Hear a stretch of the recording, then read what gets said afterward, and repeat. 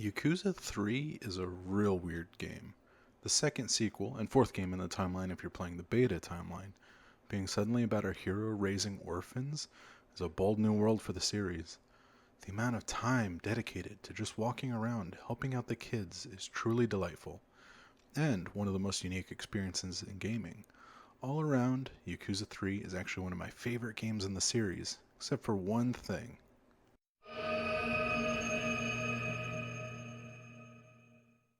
This game is incredibly clunky to play. Again, if you're playing the beta timeline and play this after Kiwami 2, you're in for a rough one.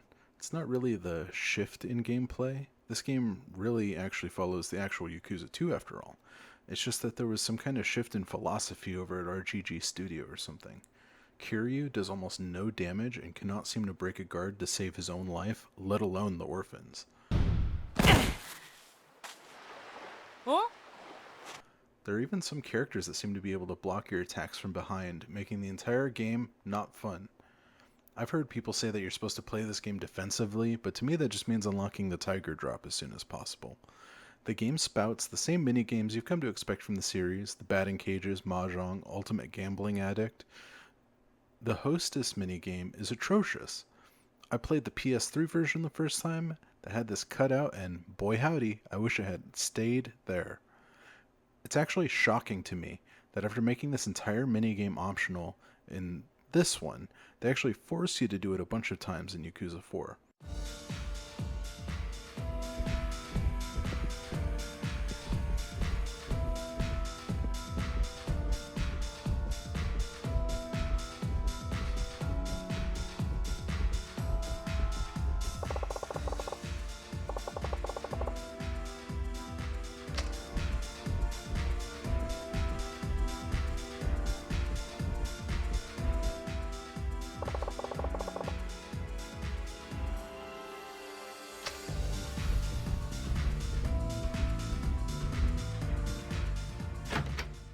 Utterly shocking.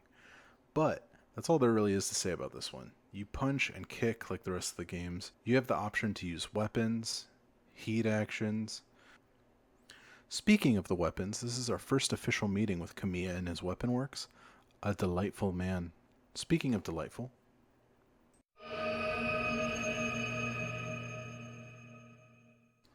this project actually started out as an experiment to see if I could make a little OVA, if you will, with all the important parts of Yakuza 3. Just purely stuff you needed to know to get from Yakuza 2 to 4.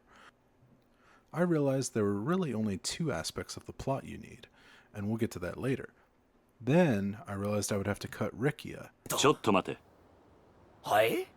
さっきから聞いていると、俺のことを兄貴兄貴って何言ってるんだ。だって。Who is delightful.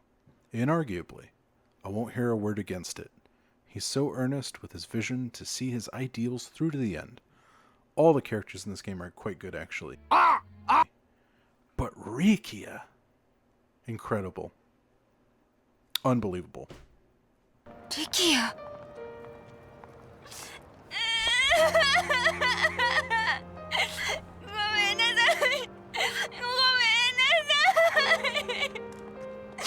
もういいんだ。お前に東京は似合わねえよ。俺と一緒に沖縄に帰ろう。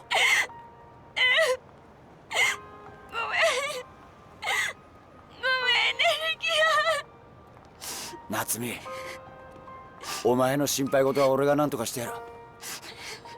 だからもう沖縄に帰ろう。俺桐生の兄貴と一緒にこっちでやることがあるから、それが全て済んだら迎えに来るから。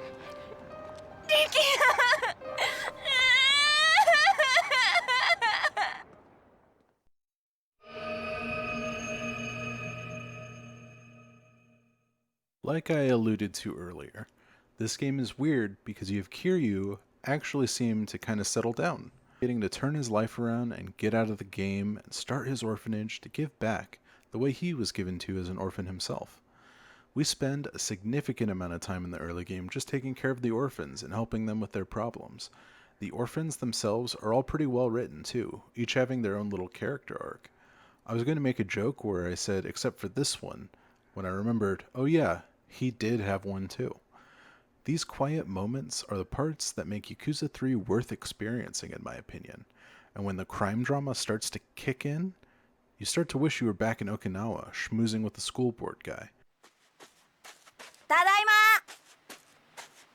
その様子じゃ負けたか。次は絶対勝つ。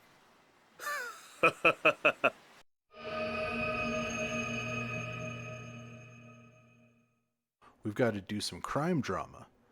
The Tojo clan are back at it with being utterly incapable of keeping their shit together longer than 5 minutes. There's a land development deal that could potentially make the Tojo と見積もって1000億。いや、それ以上の金が。but they have to take Kiryu's orphanage to do it. So out of loyalty, new chairman Daigo says no. 会長、会食のご予定はどうされるんですか？キャンセルだ。それより今、沖縄の土地買収を勝手に進めるような連中が出ないよう、組織を固める方が先決だ。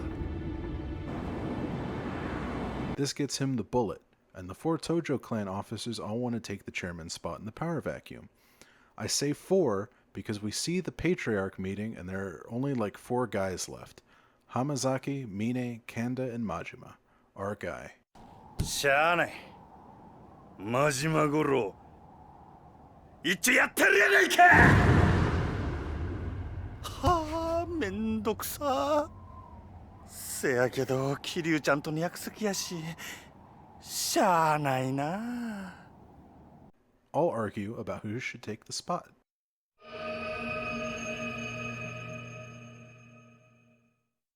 That's kinda the entirety of what this game is about. As convoluted and weird as this game gets, it's not nearly as convoluted as like the Zhengwan Mafia stuff, and I still don't know why the hell Daigo is there at the end of Yakuza 4. 続いてのニュースです。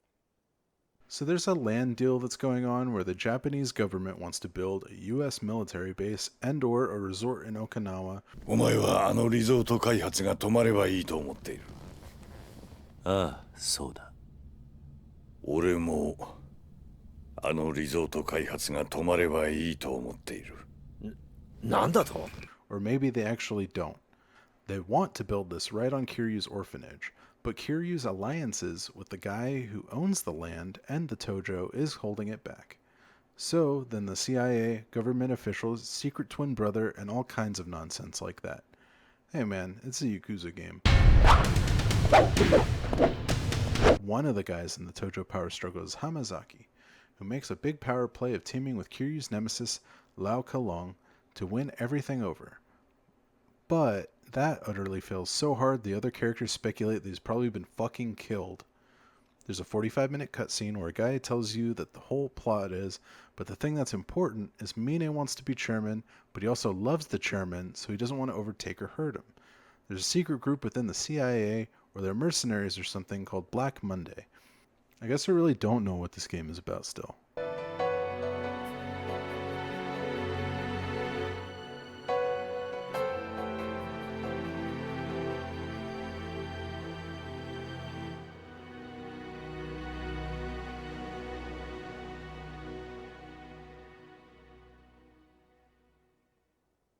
Daigo, Mine, and Kiryu take out Black Monday. Mine suplexes Albert Wesker off the fucking hospital, and Daigo gets to keep being 6th chairman, I guess. Then this happens. お前に信じるものがあって、やり直すつもりがあるなら、力を貸すぜ。そんなこと信じろってのか。ああ。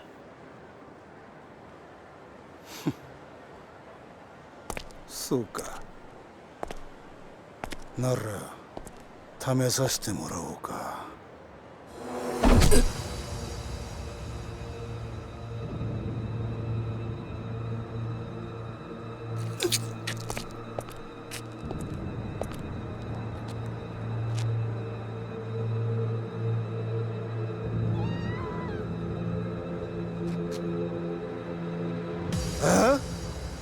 死ぬ気にならって何でもできるってか。信じる？やり直す？ああ？ふざけんな！お前に教えてやるよ。人間死んじまったら信じるところじゃねえんだよ。おめえはあんねえんだよ。おら言ってみろ。死んじまう時は信じるとかどうとかどうでもいいんだよ。俺は信じる。おいて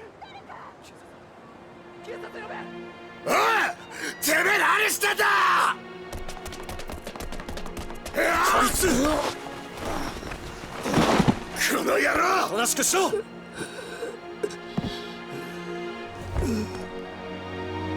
キリュウさん。おじさん、おじさん、おじさん、しっかりして。おじさん、そんな嫌だよねえ、おじさん。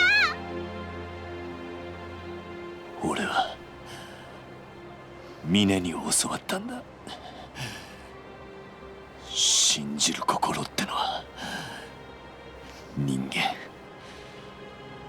死ぬ間際でも持てるんだってことを。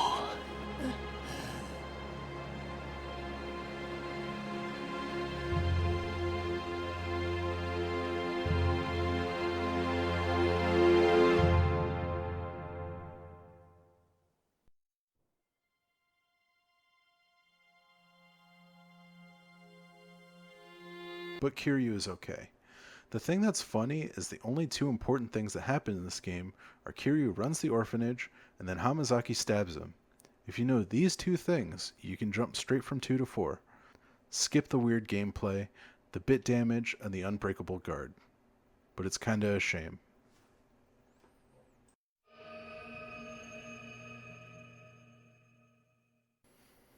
This game has a lot to offer. I think it has some of the best sub-stories in the series. Some of the most delightful characters in the series. よっしゃー！おら！おら！おら！おら！おら！おら！ありがとうございます！ And some fantastic moments overall. ケリュウちゃん！どこや！ここだ。おお、よかった。てっきり引き殺してしもうたかと思ったわ。ええから早乗れ。It's not too aged to get the Kiwami treatment, but it feels too janky to really recommend. I wish it was an OVA or something. But it is what it is, and I love it. Try it out? You can buy it packaged with 4 and 5, which I definitely recommend, whether you're playing the alpha or the beta timeline. It doesn't come up in the nightmare timeline, though.